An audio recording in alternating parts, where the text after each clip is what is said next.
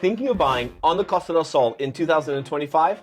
This is your cheat sheet. We are breaking down who's buying, where the hotspots are, and what the developers are offering. No fluff, just real insights from inside the market. Stick around, this could change what you buy this year. Hey guys, welcome back to the High Homes YouTube channel. Welcome back to another episode of Costa Insights together with Kian. Hey guys. Let's start. Trends, who's buying?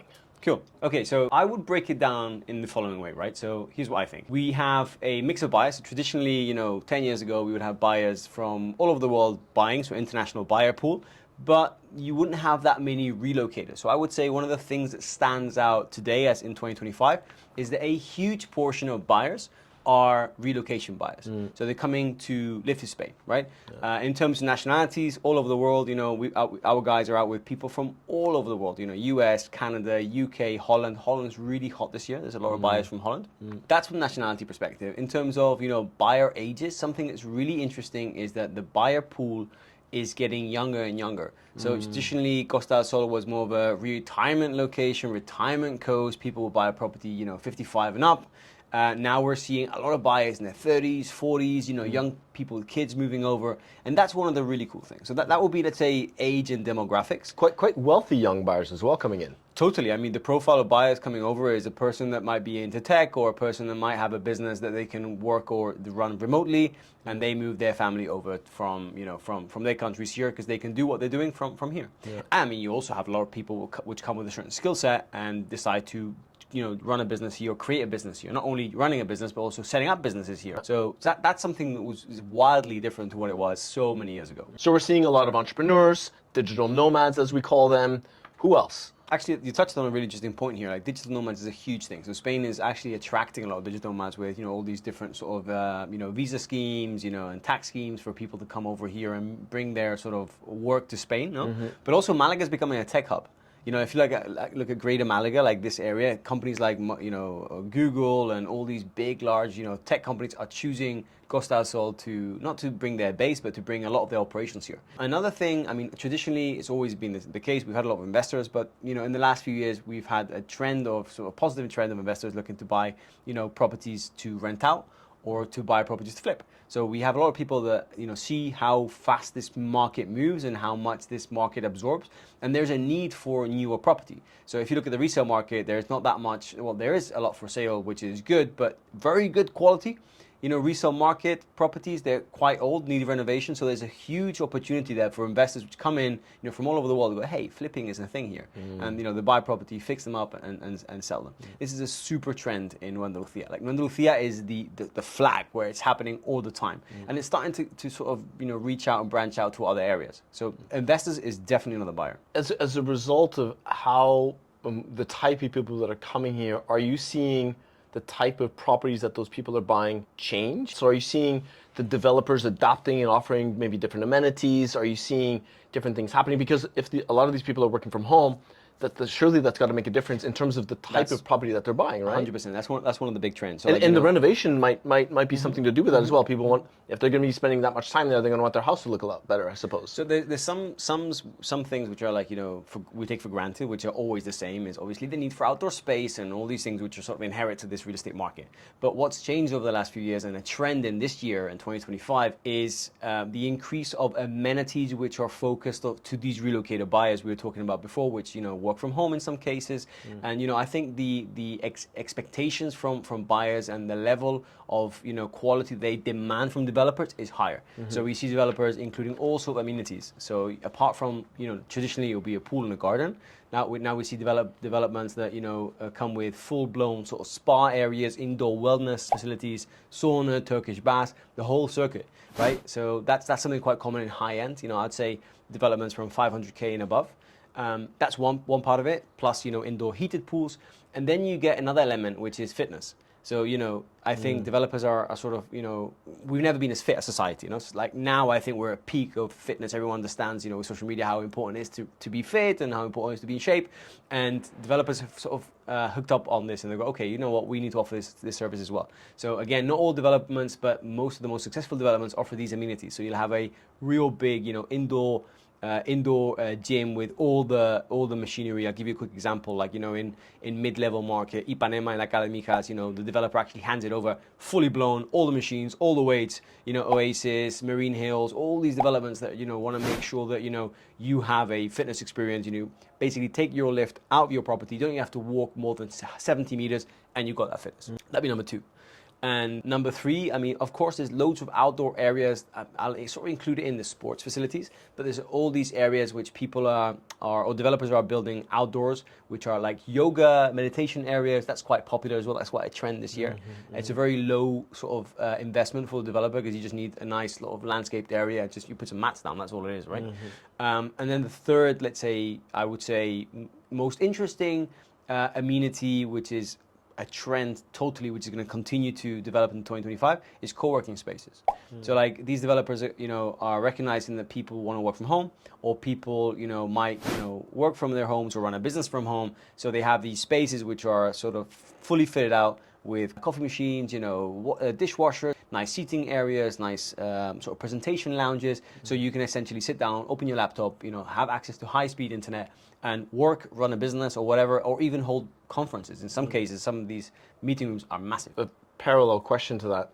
Are you seeing a change in the way people are buying resale properties with respect to the whole work from home, you know, the entrepreneurs, the digital nomads? Is there a difference in terms of what they're buying, where they're buying? Has that changed at all? All these renovations, other than for flipping? Yeah, totally. I mean, you know, it's never been as easy to live well as it is now. It's never been as easy to be exposed to what good home living is.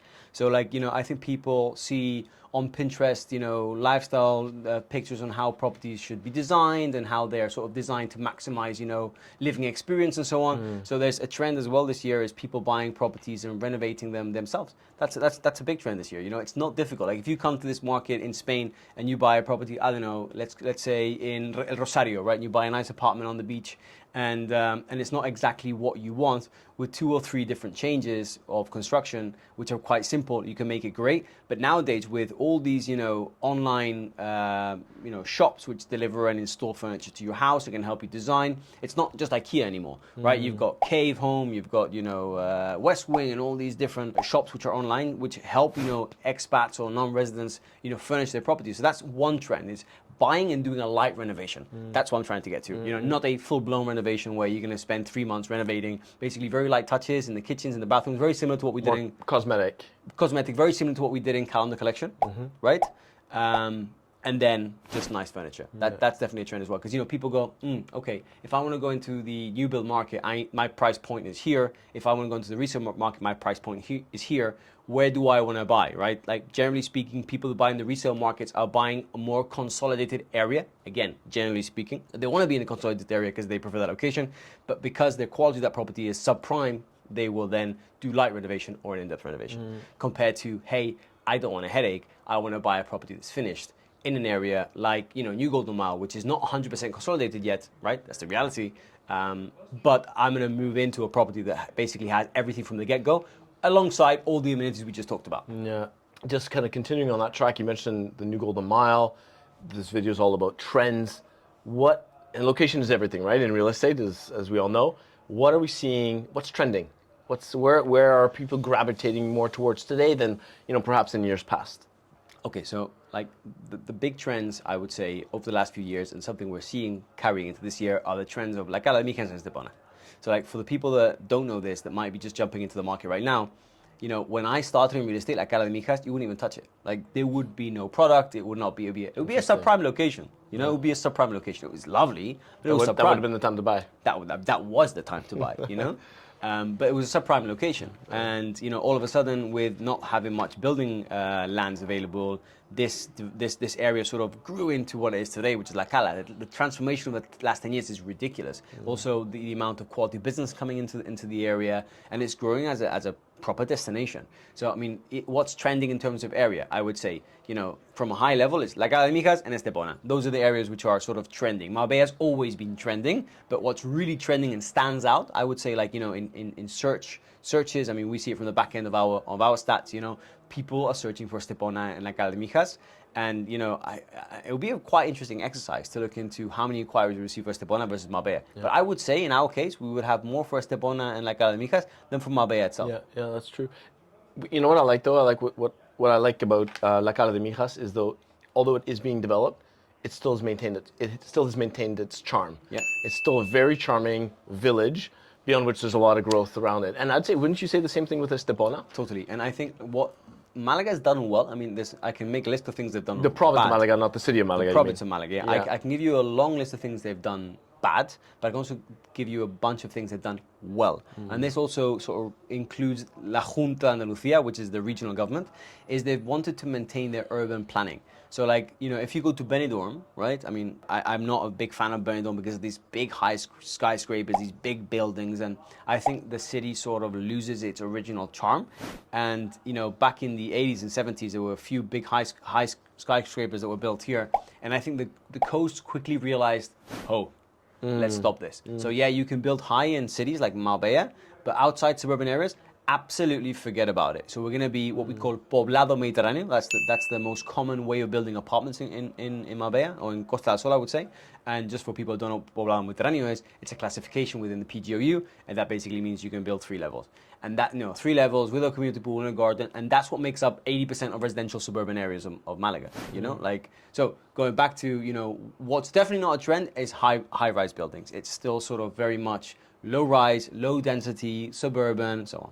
With the exception of Malaga City. Of course. Well, Malaga City with Sierra Blanca Towers. And some beautiful things going on there. Yeah. In terms of high-rises. There's a brand new development that came out called Octavia, 6 luxury penthouses. The Marbella. That's a really important one. Malaga is trending. Malaga City is trending. I think they're doing a really good job at branding themselves. I think they're going to be drawing people and business away from the likes of Madrid, Barcelona, and I think that's an objective of theirs. I think they really want to kind of put their stamp on being a business capital of Spain. If you go into the city center of Malaga, just the business quality, society itself, these high-rise buildings, the residential sort of landscape has changed to a higher luxury destination. And, I think Malaga 10 years from now is going to be unrecognizable. It's a great opportunity for people to jump into the market in Malaga, because no matter how you look at it or cut the data, within 10 years, that city is going to continue to grow, the same as the whole Costa del Sol. I did I did a thread recently, and I said, guys, like, Europe or the world has sort of figured out that Marbella, Costa del Sol, Malaga in general is no longer a holiday destination. It's a European hotspot, and that's what it is, a residential hotspot, and also in summer, well, obviously a vacation hotspot. But Costa del Sol, it's a European hotspot. It's no going back. What do you think is shaping the Costa del Sol? Where do you think it's going to be? Where do you think it's headed? Relocators. I think that's what's going to be driving the market. Biggest impact. Yesterday, I went for a walk with the kids to this river next to our house, and we met some neighbors, and we were talking about people that have been living here the entire life, the same as me, right? Born here. I was talking to them about Spain over the last 15 years, no? Or Costa del Sol better over the last 15 years. It's, for example, now in the winter months, like, it's still busy everywhere you go. And that's very much in line with what we've said at the beginning of this video. Like, relocators make up nearly 50% of our buyers. Like, so many people are buying to relocate, and okay, if they're not relocating, they're at least spending 6-7 months a year here. And whereas 10 years ago you'd have a Costa del Sol which would be absolutely empty in this time of year because it would be super seasonal. So it's gone from like seasons to be like this to seasons to being more wavy, right? And I think that's the biggest change. That's definitely a trend, and it's going to continue being that way. Advice for people wanting to buy real estate in 2025. What 1 or 2 pieces of advice would you give our viewers, anybody watching this video? We did a really cool video on this a while back on the channel, but like, I will always say the same thing. Obviously, do your homework, make sure you understand the different areas, make sure you understand, what areas are more in line with your lifestyle. If you're buying to relocate, if you're buying for a holiday home, well, it's a very different approach. Make sure you understand the ins and outs of what it is to buy property in Spain, the cost of buying in Spain.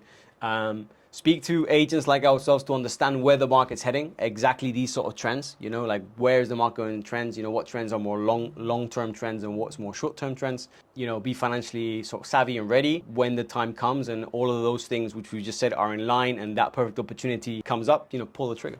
Guys, that's it. That's a wrap. We'd like to thank you all for joining us for another episode of Costa Insights. Kian, thanks as always for your amazing insights. No problem. Really appreciate it. And until next time, hasta luego.